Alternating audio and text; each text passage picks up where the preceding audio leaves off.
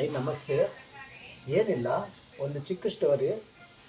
ಒಂದು ಹಳ್ಳಿ ಕಡೆ, ಹಳ್ಳಿನಲ್ಲಿ ಏನಾಗುತ್ತೆ ಅಂದರೆ, ಒಂದು ಹಳ್ಳಿನಲ್ಲಿ ಸುಮಾರು ನಾಯಿಗಳಿರುತ್ತೆ.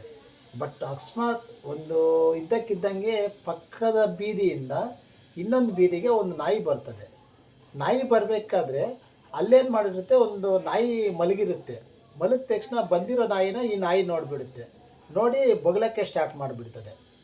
ಯಾವಾಗ ಬೊಗಳಕ್ಕೆ ಸ್ಟಾರ್ಟ್ ಮಾಡ್ತದೋ ಅವಾಗ ಏನಾಗುತ್ತೆ, ಅಲ್ಲಿ ಅಕ್ಕಪಕ್ಕ ಇರೋ ನಾಯಿಗಳೆಲ್ಲ ಬಂದುಬಿಟ್ಟು ಇವು ಯಾವಾಗ ಒಂದಕ್ಕೊಂದು ಬೊಗಳ್ತಾ ಇರುತ್ತೋ, ಬಟ್ ಯಾಕೆ ಬೊಗಳ್ತಾ ಇದೆಯಾ ಏನಂತ ಏನು ಯೋಚನೆ ಮಾಡಿಲ್ಲ. ಪಕ್ಕದ ಬೀದಿಯಿಂದ ನಾಯಿ ಬಂದಿರುತ್ತಲ್ವ, ಆ ನಾಯಿನ ಏನು ಮಾಡುತ್ತದೆ, ಬಂದಿರೋ ನಾಯಿಗಳೆಲ್ಲ ಬಂದುಬಿಟ್ಟು ಒಂಥರ ಅಟ್ಯಾಚ್ ಮಾಡಿಬಿಡ್ತದೆ. ಅಟ್ಯಾಚ್ ಮಾಡಿಬಿಟ್ಟು ಕಚ್ಚಿಬಿಡ್ತದೆ. ಇದು ಮಾಮೂಲಿ. ಯಾಕಂದರೆ ಈಗ ಹೊಸದಾಗಿ ಪಕ್ಕದ ಬೀದಿನಲ್ಲಿ ಇನ್ನೊಂದು ಗುರುತಿಲ್ಲ ನಾಯಿ ಯಾವಾಗಾದರೂ ಬಂದ್ರೇ ಇದೆಲ್ಲ ಕಡೆನೂ ಈ ಥರ ಆಗೋದು ಸಹಜ. ಬಟ್ ಇದೆಲ್ಲಾದರೂ ಹಾಳಾಗೋಗಲಿ.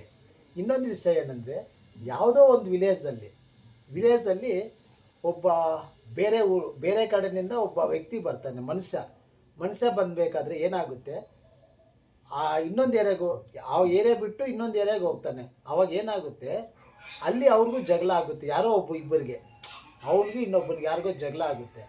ಆಗಿದ ತಕ್ಷಣ ಏನಾಗ್ತಾರೆ, ಇವ್ರು ಸುಮ್ಮನೆ ಫಸ್ಟ್ನಲ್ಲಿ ಮಾತಿಗೆ ಮಾತು ಬೆಳೆದ್ಬಿಟ್ಟು ಏನಾಗ್ಬಿಡುತ್ತೆ, ಹೊಡೆದಾಟವರೆಗೂ ಸ್ಟಾರ್ಟ್ ಆಗಿಬಿಟ್ಟು ಈ ಥರ ಜಾಸ್ತಿ ಕೂಗಾಡೋದು ಇದೆಲ್ಲ ಜಾಸ್ತಿ ಮಾಡ್ತಾರೆ.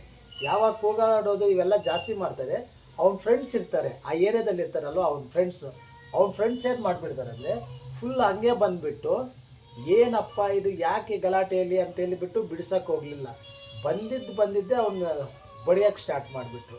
ಬಟ್ ಅಲ್ಲಿ ತಪ್ಪೇನು ಸತ್ಯಾಂಶ ಏನು ಅಂತ ಯಾರೂ ಕೇಳಕ್ಕೆ ಹೋಗಲಿಲ್ಲ.